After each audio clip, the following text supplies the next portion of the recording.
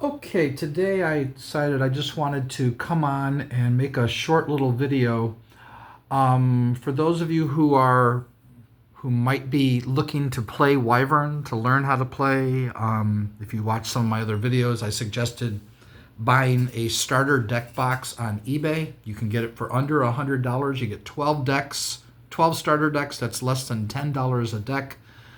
You can buy them individually on there, but they're probably more like $15 to $20 on eBay, something around there.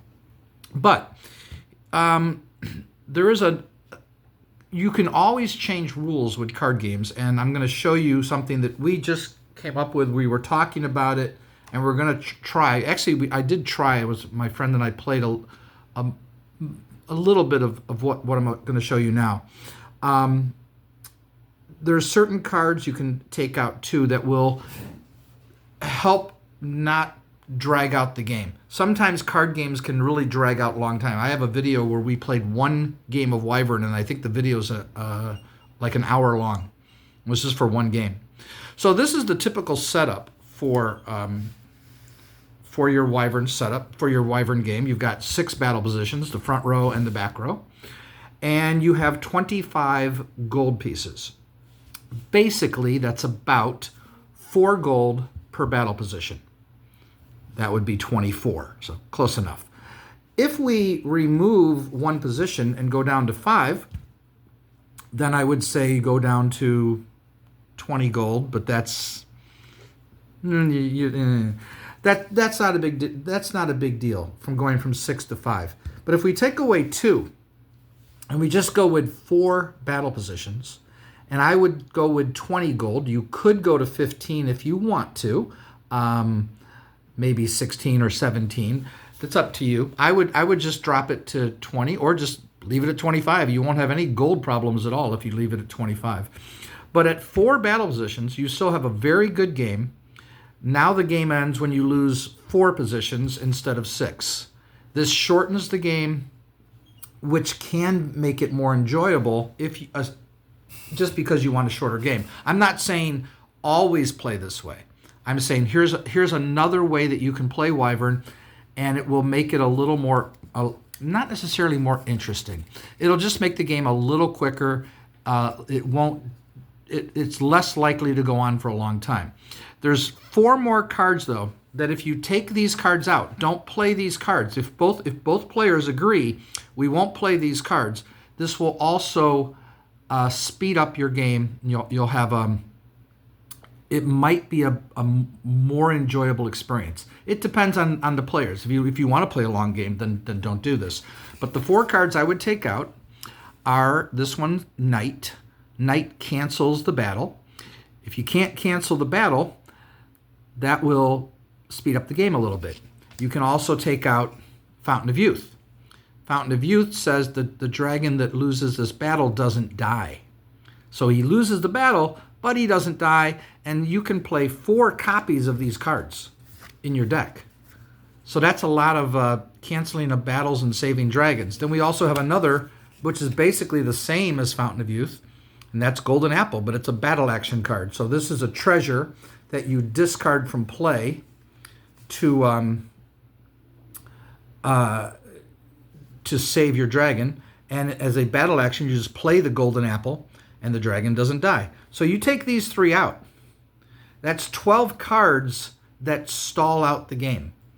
Again, I have a lot of decks that use these because I'm trying to annoy my opponent, and it makes it a lot harder to kill me. You have to kill me way more times. But if you remove these, now every battle is going to end with a winner and a loser, except for the case where somebody opened Basilisk in one of their starter decks, because Basilisk just kills itself and the dragon that it's in battle with, whether attacking or defending, and both dragons die. There's no winner or loser. They just die. You can't save them with these cards anyway. But outside of Basilisk, which is a rare card, this will speed up your game, and you can adjust the gold down to 20 or 15, your choice. How tough do you want it? And the last card is Lambton Worm. Lambton Worm is just a 1 strength dragon who has no ability, but you can pay 1 gold to bring him back, gaining you another battle position. So if you're down to 5 or 4 or 3 or 2 or 1, or as long as you've got something, you can bring him back and get another position back. Just take that out. If no one's playing this, now you've got 4 battle positions, 20 gold, 15 gold, whichever. I would do 20 at first and see how it plays. And it will play quicker. It might be better. We've yet to do it, but we're going to talk. We did play a game last night with just 4 battle positions. And it plays good. It plays really good. You could even go to 3, and then you can set up like this. You can set up 2 in the front or 1 in the back, or you could choose to set 1 in the front and 2 in the back. This is an even shorter game. Now I'm going down to 15 gold for sure. But with 1 position in front and 2 in the back, that's a little risky because if you lose this position, these go up automatically. So you probably start like that. Or you could put them all in the front. I don't know why you'd do that. It's always better to have something in the back row, but if you just want to play, let's start them in the front row. You could even say there is no back row. That's not the same game, though. The game really is all about the front row and the back row. The strategy is utilizing the front and back row with flying dragons and non-flying dragons. You're much more defensive. You're much more protected back here because only a flyer can get to you back here, unless you have a subterranean dragon with the treasure subterranean tunnels. That would be the one exception. So this is just an idea. I just wanted to make a video, see what you all think of it, if you like it.